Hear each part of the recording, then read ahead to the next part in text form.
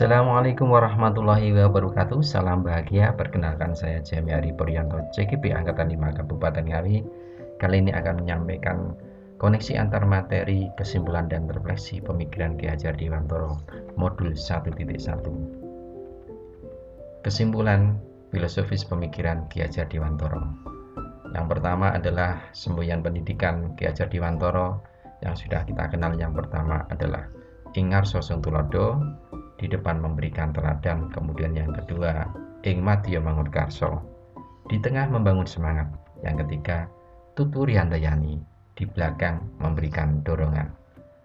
Kemudian dari hasil belajar modul 1.1 mengenai pemikiran filosofis Ki Hajar Dewantoro bisa saya simpulkan yang pertama adalah pendidikan dan pengajaran tidak dapat dipisahkan. Yang kedua, pendidikan adalah tempat persemaian benih-benih kebudayaan dalam masyarakat. Pendidikan adalah tuntunan dengan memperhatikan kodrat pada anak. Yang keempat, pendidik ibaratnya sebagai petani. Kemudian yang kelima, pendidikan melatih kecerdasan budi pekerti. Dan yang keenam, pendidikan berhamba pada anak. Kemudian dari hasil belajar ini, saya merefleksi diri saya. Bagaimana sebelum mempelajari modul filosofis pemikiran Ki Hajar Dewantoro, maka sebelumnya saya berpikir, jadi saya merasa bahwa yang pertama, guru itu lebih dominan daripada siswa. Karena kebanyakan kita mengajar itu menggunakan metode ceramah, sehingga yang berperan aktif adalah gurunya. Siswa kurang aktif, sehingga dengan metode ceramah ini, siswa kurang aktif saat diskusi atau mengerjakan tugas latihan, sehingga dalam mengerjakan tugas latihan itu terlambat. Guru mengejar target kurikulum atau hanya melihat dari segi kognitif siswa, jadi kurang memperhatikan mungkin yang dari segi lain, sehingga yang kita lihat hanya KKM, kriteria ketuntasan minimal dari capaian anak-anak. Dan saya merasa gagal jika banyak siswa yang tidak tuntas. Kemudian yang kelima, kurang memahami karakteristik siswa. Dan juga saya pernah berpikir, kalau ada anak-anak yang malas-malasan dan terlambat mengerjakan tugas adalah anak yang pemalas dan susah diatur. Bahkan saya pernah memberi hukuman dengan berdiri di depan kelas. Kadang saya mengeluh, kenapa anak-anak tersebut malas mengerjakan tugas. Akhirnya setelah saya mengikuti CGP, kemudian belajar dari filosofis pemikiran Ki Hajar Dewantoro, mempelajari modul 1.1, maka apa yang harus saya lakukan? Yaitu saya harus mengubah cara mengajar saya selama ini. Yang pertama, saya menyadari selama ini saya memandang anak hanya sebagai objek dalam pembelajaran. Harusnya mereka adalah sebagai subjek dalam pembelajaran. Pendidik harus menghamba pada anak. Kemudian yang kedua, memberi kebebasan pada anak, menyelesaikan setiap tugas sesuai dengan minat dan bakat siswa. Kemudian memahami karakteristik setiap anak, serta selalu memberikan reward untuk memotivasi, misalkan dengan applause, tepuk keren, yang bisa menjawab soal dan menghindari bentuk punishment atau hukuman.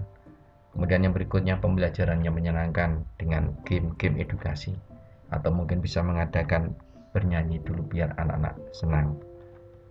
Kemudian yang berikutnya adalah yang bisa saya terapkan agar lebih baik di kelas setelah mempelajari modul 1.1, tentunya dari yang kedua tadi, yaitu yang pertama, saya merancang pembelajaran yang menarik, interaktif, menyenangkan, dan mengajak siswa aktif.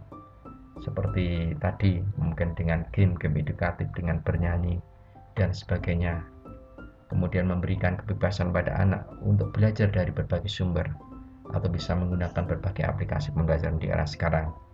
Namun, saya sebagai guru matematika, saya menekankan kepada siswa agar anak-anak harus memahami apa yang diperolehnya dari aplikasi-aplikasi yang ada di sekarang. Jadi saya sebagai guru matematika tidak melarang anak-anak menggunakan aplikasi pembelajaran seperti misalkan Brainly atau Kanda. Kemudian yang ketiga adalah selalu memberikan reward untuk memotivasi. Misalnya dengan applause, tepuk keren, ya sudah kami peroleh di CGP. Anak-anak senang sekali dan antusias sekali dengan riang gembira mengikuti kegiatan pembelajaran matematika dan menghindari bentuk punishment atau hukuman. Kemudian yang keempat, menerapkan pembelajaran berbasis kearifan lokal dan budaya dalam pembelajaran matematika. Misalkan kami ada di Ngawi, ada produk lokal makanan khas yaitu tempe keripik Ngawi. Kemudian ini bisa saya berikan pada soal-soal kontekstual yang berkaitan dengan kearifan lokal dan budaya yang ada di daerah kami. Yang kelima, pembelajaran juga mengutamakan aspek budi pekerti yang nantinya menuju ke profil pelajar Pancasila.